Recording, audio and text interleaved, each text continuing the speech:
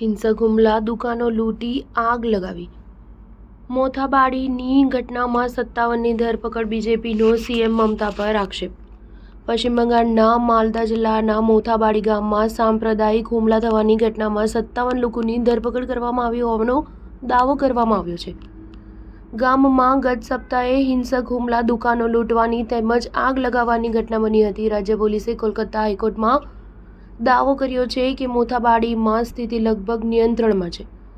જો કે બીજી તરફ વિધાનસભામાં વિપક્ષના નેતા શુભેન્દુ અધિકારીએ પોલીસના દાવાઓને રદિયો આપ્યો છે અને કહ્યું કે જો સ્થિતિ નિયંત્રણમાં હોય તો તણાવવાળા સ્થળો પરથી બેરિકેડ્સ કેમ લગાવ્યા છે અને ત્યાં વિપક્ષના નેતાઓ અને મીડિયા કર્મચારીઓને પ્રવેશતા કેમ અટકાવવામાં આવી રહ્યા છે.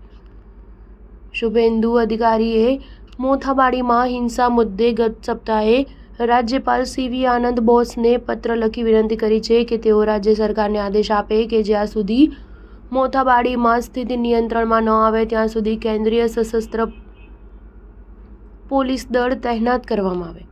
જ્યાં ઘટના બની ત્યાં પહેલેથી જ પોલીસનો કાફલો તહેનાત કરી દેવાયો છે અને બેરિકેડ્સ પણ લગાવી દેવાયા છે. તેથી તેનો હેતુ સંભવત ભાજપ નેતા મજુમદાર અને તેના સમર્થકોને અશાંત વિસ્તારમાં જતા રોકવાનો છે. જિલ્લા પોલીસ અધિકારીઓએ કહ્યું કે મોથાબાડીમાં ફરી હિંસા ન થાય તે માટે સુરક્ષા વ્યવસ્થા કરવામાં આવી છે.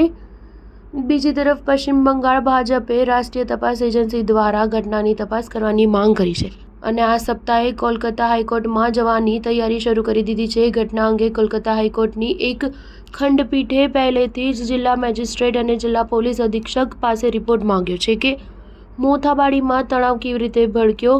હાઈકોર્ટે 3 એપ્રિલ સુધીમાં રિપોર્ટ જમા કરાવવા આદેશ આપ્યો છે. સ્ટાર ન્યૂઝ 7 હંમેશા સચ્ચાઈની સાથે.